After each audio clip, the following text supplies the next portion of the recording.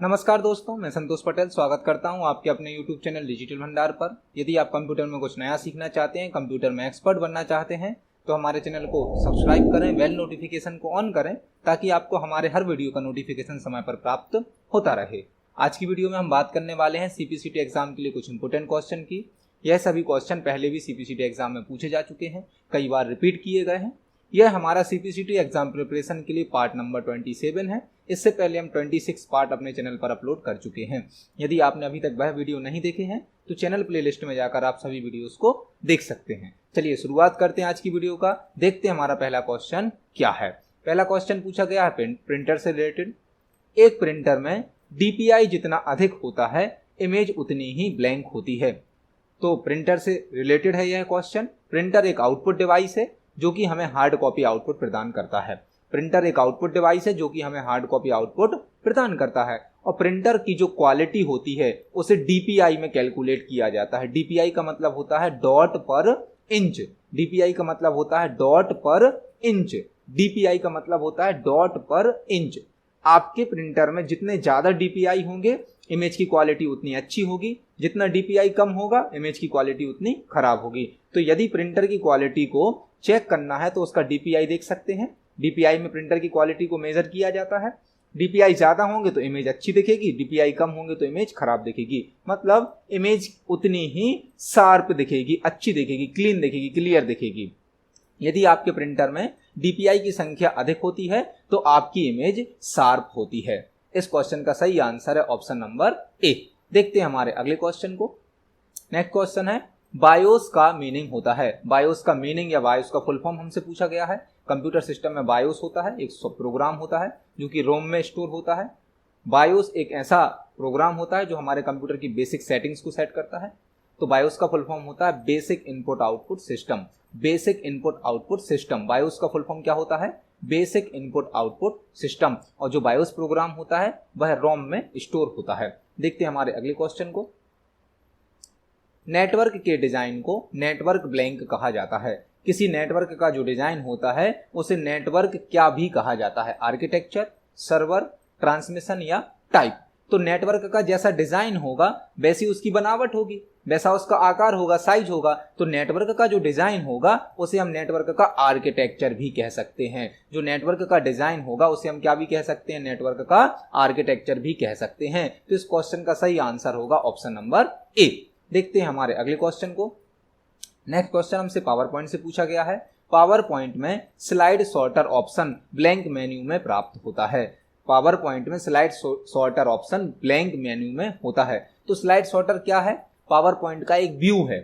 Power point में जो slide होती है उस स्लाइड को अलग अलग तरीके से शो करने के लिए आपको मल्टीपल टाइप के व्यू दिए जाते हैं, जैसे कि normal view, slide show view, slide sorter view, outline view. तो स्लाइड सॉर्टर एक पावर पॉइंट का व्यू होता है और व्यू हमें कहाँ प्राप्त होगा? व्यू मेनू में। पावर पॉइंट के जितने भी व्यू होते हैं वह सभी हमें व्यू मेनू में प्राप्त होते हैं। मतलब इस क्वेश्चन का सही आंसर है ऑप्शन नंबर सी। देखते हैं हमारे क्वेश्चन को। नेक्स्ट क्वेश्चन पूछा गया है निम्न में से कौन सा आउटपुट डिवाइस नहीं है? निम्न में से कौन सा आउटपुट डिवाइस नहीं है? आपको 4 डिवाइस के नाम दिए गए हैं और आपको बताना है निम्न में से आउटपुट डिवाइस कौन सी नहीं है। LCD, प्रिंटर, CRT या टच स्क्रीन। तो LCD और CRT तो मॉनिटर के टाइप होते हैं। LCD का मतलब होता है liquid crystal display, liquid crystal display. CRT का मतलब होता है cathode ray tube, cathode ray tube. Printer भी एक आउटपुट डिवाइस है, लेकिन टच स्क्रीन आउटपुट डिवाइस नहीं है। टच स्क्रीन इनपुट डिवाइस और आउटपुट डिवाइस दोनों होती है। तो इस क्वेश्चन का सही आंसर होगा option number D. Touch screen एक आउटपुट डिवाइस नहीं है, वह इनपुट डिवाइस भी होती है और आउटपुट डिवाइस भी होती है। देखते हैं हमारे अगले क्वेश्चन को। निम्न में से कौन सा डेटा ट्रांसफर करने के लिए सबसे फास्ट पोर्ट होता है? जो किसी मशीन में, किसी डिवाइस में, कंप्यूटर में, लैपटॉप में पोर्ट होते हैं। पोर्ट का यूज होता है किसी डिवाइस को एक डिवाइस से कनेक्ट करना। फॉर एग्जाम्पल आप पेन ड्राइव कनेक्ट करना चाहते हैं, कोई CD DVD कनेक्ट करना चाहते हैं, तो आपके कंप्यूटर में कई टाइप के पोर्ट होते हैं। केबल को कनेक्ट करने के लिए, डिवाइस को कनेक्ट करने के लिए। तो हमसे पूछा गया है कंप्यूटर में ऐसा कौन सा पोर्ट होता है जो सबसे फास्ट स्पीड में डेटा को ट्रांसफर करता है? USB port, serial port, parallel port या फायर वायर। तो कंप्यूटर में जो सबसे ज्यादा फास्ट स्पीड से डेटा ट्रांसफर करता है वह होता है फायर वायर। फायर वायर एक ऐसा पोर्ट होता है जो किसी एक्सटर्नल डिवाइस को मशीन से कनेक्ट करता है, कंप्यूटर से कनेक्ट करता है और सबसे अधिक फास्ट स्पीड में डेटा को ट्रांसफर करता है। इस क्वेश्चन का सही आंसर है ऑप्शन नंबर डी। देखते हैं हमारे अगले क्वेश्चन को। नेक्स्ट क्वेश्चन डोमेन नेम से लिया गया है। डोमेन कोड .gov क्या रिप्रेजेंट करता है? जब भी कोई वेबसाइट बनाई जाती है तो उस वेबसाइट का अपना एक URL होता है जिसे हम डोमेन नेम भी कह सकते हैं। हर वेबसाइट के लास्ट में एक डोमेन कोड जुड़ा होता है। हर वेबसाइट के URL के लास्ट में एक डोमेन कोड जुड़ा होता है। आपने देखा होगा .in, .gov, .com, .co.in, यह सभी डोमेन कोड कहलाते हैं। तो हमसे क्वेश्चन पूछा गया है .gov किसको रिप्रेजेंट करता है? गवर्नमेंट एजेंसीज को, गवर्नर ऑफ इंडिया को, इंडियन एजेंसीज को या स्पैम को? तो जो .gov होता है वह गवर्नमेंट एजेंसीज की वेबसाइट में यूज किया जाता है। जो भी गवर्नमेंट एजेंसीज की वेबसाइट होती हैं उनका डोमेन कोड होता है .gov। इस क्वेश्चन का सही आंसर है ऑप्शन नंबर ए। देखते हैं हमारे अगले क्वेश्चन को। नेक्स्ट क्वेश्चन पूछा गया है निम्न में से भिन्न मतलब ऑड की पहचान करें। आपको कुछ ऑप्शन दिए गए हैं जिनमें 3 ऑप्शन एक समान है और एक क्वेश्चन अलग है, एक ऑप्शन अलग है। तो आपको पहचानना है कि 3 एक से कौन है और एक अलग कौन है। Leased line, dial up, DSL और USB। तो यह क्वेश्चन नेटवर्क से लिया गया है। जब आप कम्युनिकेशन करते हैं, इंटरनेट कनेक्शन का यूज करते हैं तो वहां पर एक कनेक्शन होता है लीज्ड लाइन, एक होता है डायल अप, एक होता है DSL, लेकिन USB कोई कनेक्शन नहीं होता। USB एक पोर्ट होता है। तो इस क्वेश्चन का सही आंसर होगा डी, USB। USB हमारे कंप्यूटर का एक पोर्ट है जबकि यह तीनों कनेक्शन है। यहाँ पर DSL का फुल फॉर्म भी आपको पता होना चाहिए। DSL का फुल फॉर्म होता है digital subscriber line, digital subscriber line. इस क्वेश्चन का सही आंसर क्या है? Option number D, USB। देखते हैं हमारे अगले क्वेश्चन को। नेक्स्ट क्वेश्चन है पीसी की बैकग्राउंड स्क्रीन को ब्लैंक कहा जाता है। आपका जो कंप्यूटर है, कंप्यूटर को पीसी कहते हैं, पर्सनल कंप्यूटर। तो कंप्यूटर के बैकग्राउंड में जो स्क्रीन होती है उसे क्या कहते हैं? उसे कहा जाता है डेस्कटॉप। जब आपका कंप्यूटर या लैपटॉप चालू हो जाता है और आपको जो स्क्रीन दिखाई देती है उसे क्या कहा जाता है? डेस्कटॉप कहा जाता है। डेस्कटॉप पर वॉलपेपर होता है, आइकन्स होते हैं, स्टार्ट बटन होता है, टास्क बार होता है। तो पर्सनल कंप्यूटर की जो बैकग्राउंड स्क्रीन होती है उसे क्या कहा जाता है? डेस्कटॉप कहा जाता है। देखते हैं हमारे अगले क्वेश्चन को। नेक्स्ट क्वेश्चन कैश मेमोरी से रिलेटेड है। कैश मेमोरी के बहुत सारे क्वेश्चन CPCT एग्जाम में पूछे जाते हैं। कैश मेमोरी का कोई ना कोई एक टाइप से क्वेश्चन आपको जरूर दिया जाता है। यहाँ हमसे पूछा गया है कैश मेमोरी ब्लैंक जनरेशन के कंप्यूटर में इंट्रोड्यूस की गई थी, मतलब प्रारंभ की गई थी। तो कैश मेमोरी जो है वह कंप्यूटर के अंदर सबसे फास्ट मेमोरी होती है। इसका क्वेश्चन कई तरीके से पूछा जाता है। कैश मेमोरी का एक्सेस टाइम सबसे कम होता है, सबसे फास्ट मेमोरी होती है और कैश मेमोरी का उपयोग 3rd जनरेशन के कंप्यूटर से शुरू किया गया, मतलब कैश मेमोरी का उपयोग 3rd जनरेशन कंप्यूटर से किया जाने लगा। इस क्वेश्चन का सही आंसर है ऑप्शन नंबर सी। देखते हैं हमारे अगले क्वेश्चन को। नेक्स्ट क्वेश्चन हमसे पूछा गया है माउस और ब्लैंक भी इनपुट डिवाइस के एग्जाम्पल हैं। यहाँ पर माउस तो एक इनपुट डिवाइस है। आपको निम्न में से कोई एक और सिलेक्ट करनी है जो इनपुट डिवाइस होती है। प्रिंटर, स्पीकर, मॉनिटर या स्कैनर। तो प्रिंटर आउटपुट डिवाइस है, स्पीकर भी आउटपुट डिवाइस है, मॉनिटर भी आउटपुट डिवाइस है, लेकिन स्कैनर क्या होती है? एक इनपुट डिवाइस होती है। तो इस क्वेश्चन का सही आंसर होगा माउस और स्कैनर भी इनपुट डिवाइस के एग्जाम्पल हैं। माउस और स्कैनर, मतलब स्कैनर इस क्वेश्चन का सही आंसर है। देखते हैं हमारे अगले क्वेश्चन को। नेक्स्ट क्वेश्चन पूछा गया है TFT का फुल फॉर्म होता है। TFT कंप्यूटर मॉनिटर से लिया गया है, हार्डवेयर से लिया गया है। TFT आपके मॉनिटर के टाइप होते हैं जिसका फुल फॉर्म होता है थिन फिल्म ट्रांजिस्टर। पहले आता था CRT monitor, cathode ray tube monitor, जो साइज में बड़ा होता था, ज्यादा पावर को यूज करता था, एरिया ज्यादा कवर करता था। उसकी कमियों को दूर करने के लिए बनाया गया TFT मॉनिटर। TFT मॉनिटर में कौन से आते हैं? LCD, LED, जो साइज में स्लिम होते हैं, छोटे होते हैं, कम पावर का उपयोग करते हैं, एरिया कम कवर करते हैं। तो मॉनिटर का टाइप होता है TFT, थिन फिल्म ट्रांजिस्टर, जो कि स्लिम और छोटी साइज के मॉनिटर होते हैं। TFT का फुल फॉर्म क्या होता है? Thin film transistor. देखते हैं हमारे अगले क्वेश्चन को। नेक्स्ट क्वेश्चन है line, drum, Daisy wheel blank के टाइप होते हैं। यहाँ पर आपको कुछ नाम दिए गए हैं और आपसे पूछा गया है यह किस ऑब्जेक्ट के टाइप हैं? प्लॉटर के टाइप हैं, स्कैनर के टाइप हैं, प्रिंटर के टाइप हैं या फिर मॉनिटर के टाइप हैं? तो लाइन, ड्रम और डेजी व्हील प्रिंटर के टाइप होते हैं। ड्रम प्रिंटर होता है, लाइन प्रिंटर होता है, डेजी व्हील प्रिंटर होता है। तो यह सभी किसके टाइप होते हैं? प्रिंटर के टाइप होते हैं। मतलब इस क्वेश्चन का सही आंसर है ऑप्शन नंबर सी। देखते हैं हमारे नेक्स्ट क्वेश्चन को। नेक्स्ट क्वेश्चन है AI। AI मतलब artificial intelligence. Artificial intelligence, Hindi में इसका मतलब होता है कृत्रिम बुद्धिमत्ता।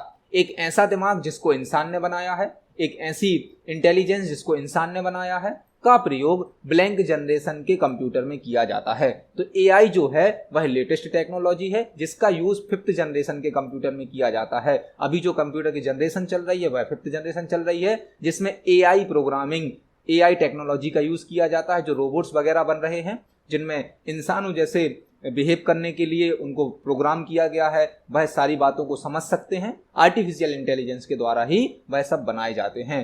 तो 5th जनरेशन की जो प्रोग्रामिंग लैंग्वेज है वह आर्टिफिशियल इंटेलिजेंस ही है और एआई का यूज 5th जनरेशन के कंप्यूटर में किया जाता है। इस क्वेश्चन का सही आंसर है ऑप्शन नंबर डी। देखते हैं हमारे अगले क्वेश्चन को।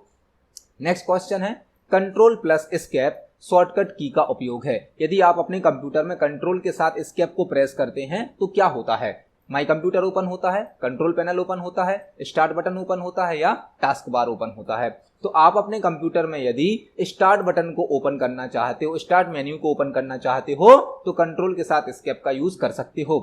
स्टार्ट मेन्यू को, स्टार्ट बटन को ओपन करने की एक और की होती है विंडोज की। आप विंडोज की से भी स्टार्ट मेन्यू को ओपन कर सकते हो। साथ ही साथ कंट्रोल के साथ एस्केप प्रेस करने पर भी स्टार्ट मेन्यू ओपन हो जाता है। हम इसको प्रैक्टिकली देख सकते हैं। जब मैंने कंट्रोल के साथ एस्केप को प्रेस किया तो हमारे कंप्यूटर का स्टार्ट मेन्यू ओपन हो गया है। तो इस क्वेश्चन का सही आंसर होगा option number C, start button या start menu. Control plus escape से स्टार्ट मेन्यू शो हो जाता है। देखते हैं हमारे अगले क्वेश्चन को। नेक्स्ट क्वेश्चन है एमएस वर्ड का। एमएस वर्ड में शिफ्ट कंट्रोल पी का क्या उपयोग होता है? एमएस वर्ड में यदि आप यह शॉर्टकट की प्रेस करते हैं शिफ्ट कंट्रोल पी तो इससे क्या आउटपुट मिलेगा आपको? चेंज फॉन्ट साइज चेंज होगी, प्रिंट डॉक्यूमेंट, डॉक्यूमेंट प्रिंट हो जाएगा, डॉक्यूमेंट का प्रिंट प्रीव्यू देख सकते हैं या स्पेलिंग को चेक कर सकते हैं। तो यदि आप एमएस वर्ड में शिफ्ट कंट्रोल पी को प्रेस करते हैं तो आप वहां पर फॉन्ट साइज को चेंज कर सकते हैं। शिफ्ट कंट्रोल पी को प्रेस करने पर आपके सामने फॉन्ट का डायलॉग बॉक्स आ जाएगा जिससे आप फॉन्ट की साइज को चेंज कर सकते हैं। मतलब इस क्वेश्चन का सही आंसर है ऑप्शन नंबर ए। देखते हैं हमारे अगले क्वेश्चन को।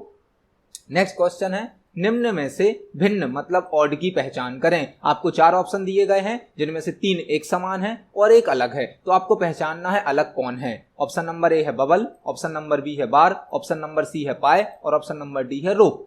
तो यह क्वेश्चन एमएस एक्सेल से लिया गया है और चार्ट ऑप्शन से लिया गया है। एमएस एक्सेल में चार्ट बनाया जाता है जो कि डेटा को विजुअल रिप्रेजेंट करता है, ग्राफिक्स में रिप्रेजेंट करता है। आपने एमएस एक्सेल में चार्ट के टाइप पढ़े होंगे, बबल चार्ट होता है, बार चार्ट होता है, पाई चार्ट होता है, कॉलम चार्ट होता है, एरिया चार्ट होता है, लेकिन रो नाम का कोई चार्ट एक्सेल में नहीं होता है। मतलब यह तीनों समान हैं और रो अलग है। इस क्वेश्चन का सही आंसर होगा ऑप्शन नंबर डी, रो चार्ट एक्सेल में नहीं होता है। इस क्वेश्चन का सही आंसर है ऑप्शन नंबर डी। देखते हैं हमारे अगले क्वेश्चन को।